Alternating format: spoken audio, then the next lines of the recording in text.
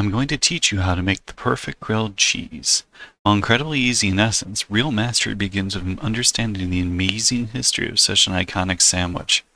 I'm going to take you on a trip through the history of what makes up one of life's most delicious culinary delights, and then teach you how to craft something to amaze and wow everyone.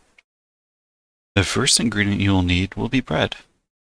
Bread, one of humanity's oldest and most fundamental foods, has a history stretching back tens of thousands of years, deeply intertwined with the development of agriculture, civilization, and even human biology itself.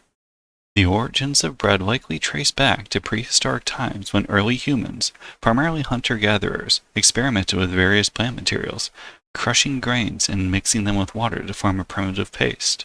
This paste, when accidentally left near a heat source, may have formed an early kind of flatbread, much like the ones still found in many cultures today.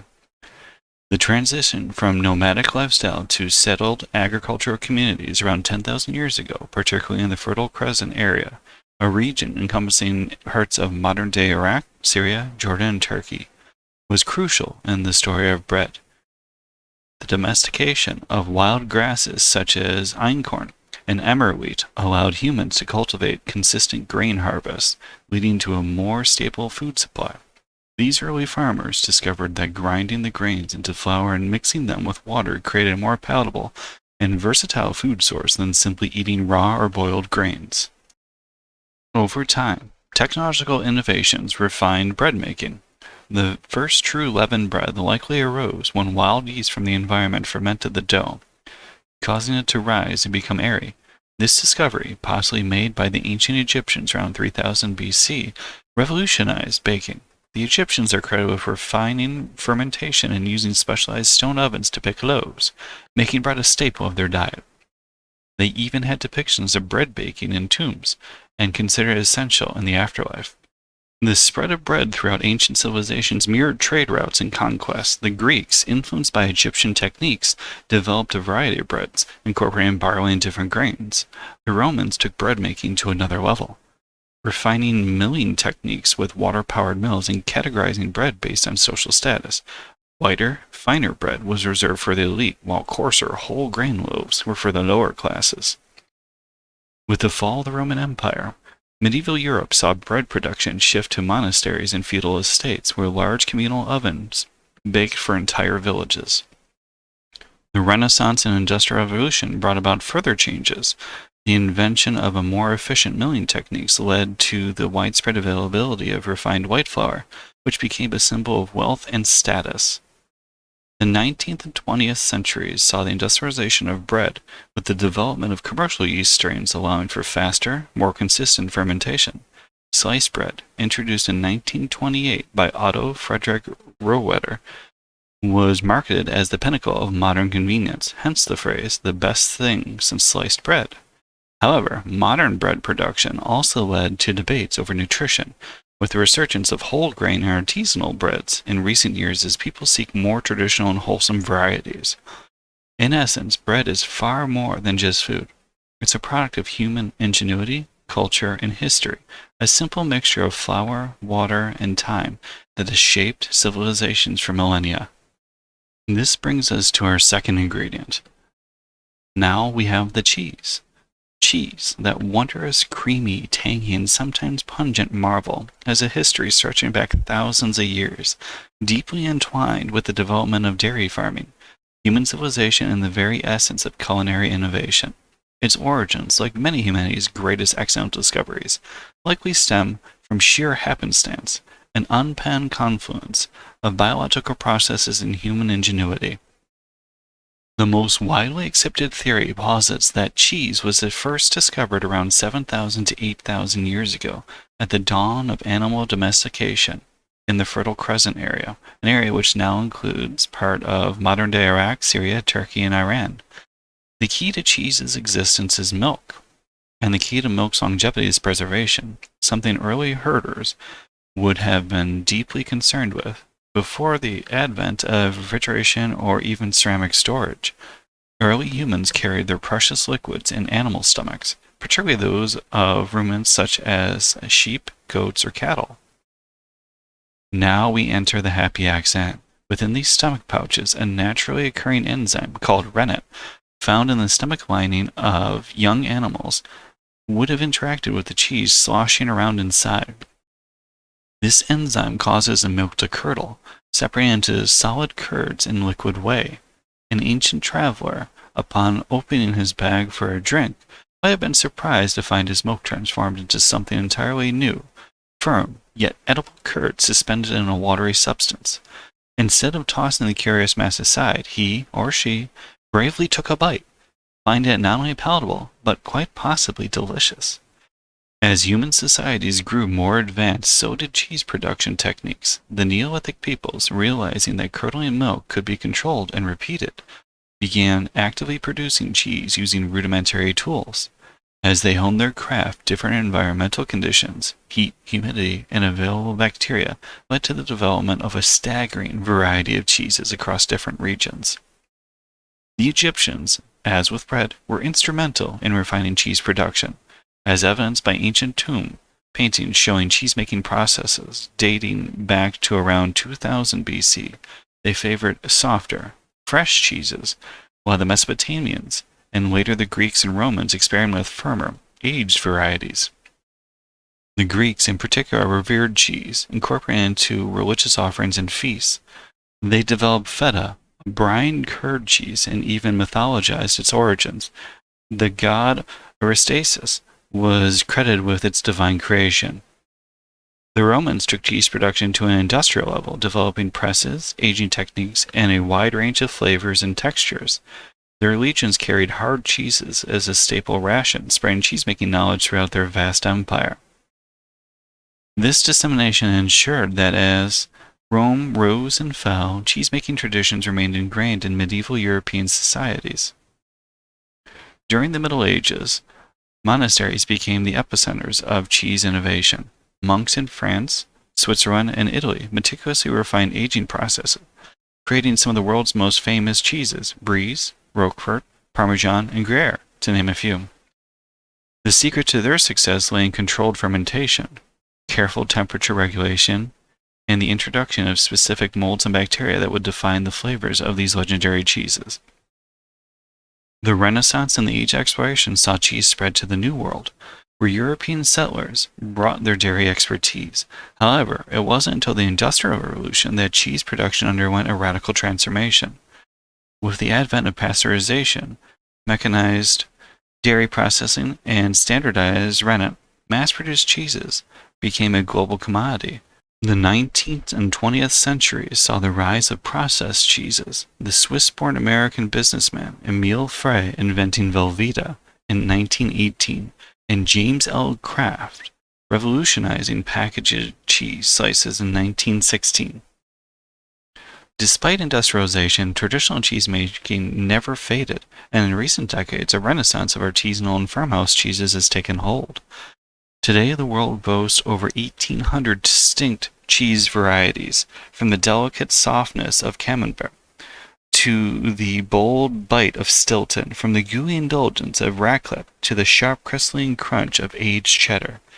Cheese is no longer merely a means of milk preservation. It is a cultural icon, a culinary staple, and for many, a way of life. Thus, cheese, born from necessity and honed over millennia, remains one of the most beloved and versatile foods in human history, a testament to our endless drive to turn the simple into the sublime. For the last ingredient, we have butter. The buttery legacy, a long and luxurious history of butter. Butter, that rich, creamy, irresistibly smooth dairy product, has been a staple of human diets for thousands of years, delighting civilizations from the dawn of agriculture to the age of artisanal food trends. Its history is intertwined with the rise of dairy farming, culinary traditions, and even economic and religious symbolism. While it may seem like a simple product today, the story of butter is one chance discovery, regional adaptations, and ultimately global adoration. We have the origin, the happy accident of butter. Like so many of humanity's greatest culinary discoveries, butter likely originated as a happy accident. The first butter makers were not artisan chefs, but rather prehistoric herders, who kept domesticated animals for milk, particularly cattle, sheep, and goats. The earliest evidence of dairy consumption dates back over 9,000 years to Neolithic civilizations in what is now Turkey and the Middle East. However, turning milk into butter required a bit of unintentional ingenuity. Imagine an early herder transporting milk in a skin bag over the stomach of an animal, tied securely to the back of a pack animal, or slung over his shoulder. As he traveled across rough terrain, the milk inside the bag would have been repeatedly jostled and churned. After hours of movement, a curious herder might have opened the bag to find that the milk had transformed into a thick, creamy, and slightly yellowish substance, butter. Whether by accident or experimentation, it was soon discovered that the process of agitating milk, particularly cream, resulted in a product that was not only delicious, but also far more stable and long-lasting than fresh milk. The butter in the ancient world, a food of nomads and elites. The first cultures to embrace butter were likely those of the colder pastoral regions, where cattle and sheep were primary sources of sustenance, while Mediterranean civilizations such as the Egyptians and Romans relied more on olive oil due to the heat, which made butter spoil quickly. Butter found a place of honor among the northern European and Central Asian peoples. Ancient Sumerians, circa 2500 BC, left records of butter production, showing that it was both a staple food and an offering to the gods. The Vedic texts of ancient India, circa 1500 BC, reference ghee, a clarified butter that became central to both cuisine and Hindu religious practices. Meanwhile, in Scandinavia, the Celts and the Germanic tribes revered butter as a prized food, a source of energy in harsh climates, and even a form of currency, or tribute. One of the earliest documented butter enthusiasts was the Roman historian Pliny the Elder, who in the 1st century AD described butter as the most delicate of foods among barbarian nations, a rather snobbish way of acknowledging that Rome's northern neighbors had a serious love for the stuff. However, Romans themselves considered butter more of a medical ointment than a kitchen staple, used to treat wounds and skin conditions rather than spreading on bread. The medieval butter boom. The Middle Ages, 500 to 1500 AD, saw butter's status fluctuate across different societies. In early medieval Europe, butter was largely considered a food of the poor, while the wealthy favored lard and olive oil. However, as agriculture developed and dairy farming expanded, butter began to take on a more significant role in the diets of both peasants and the aristocracy. Monasteries became key centers of butter production. Monks, always at the forefront of refining food production, they also played a huge role in cheese-making and brewing beer, developed better churning techniques, and began storing butter in cool, underground cellars. By the 12th century, butter was so popular in France that the Catholic Church had to intervene. Because butter was considered a rich and luxurious food, it was initially forbidden during Lent. However, demand grew so strong that wealthy families could pay for butter indulgences, essentially allowing them to eat butter despite religious restrictions. In some places, entire church towers, such as the Butter Tower of Rouen Cathedral, were funded by these indulgences. Butter goes global, the Renaissance and beyond. The Renaissance, the 14th to 17th centuries, marked a turning point for butter. As European trade expanded, so did the demand for butter, particularly in France, the Netherlands, and England. The Dutch and Scandinavians became expert butter traders, developing better salting and storage methods to preserve butter for a long-distance travel. By the 17th and 18th centuries, butter had solidified its place in European cuisine, particularly in France, where it became an essential ingredient in pastries and sauces. French culinary pioneers such as Marie-Antoine Caramel and later Auguste Escoffier would elevate butter to an art form, perfecting techniques such as beurre blanc, beurre noisette, and the ever-famous beurre monté. Meanwhile, in colonial America, butter production thrived in dairy-rich regions like New England and Pennsylvania. Farm women were often the primary butter makers, churning cream into butter by hand and selling it at markets or trading it for goods.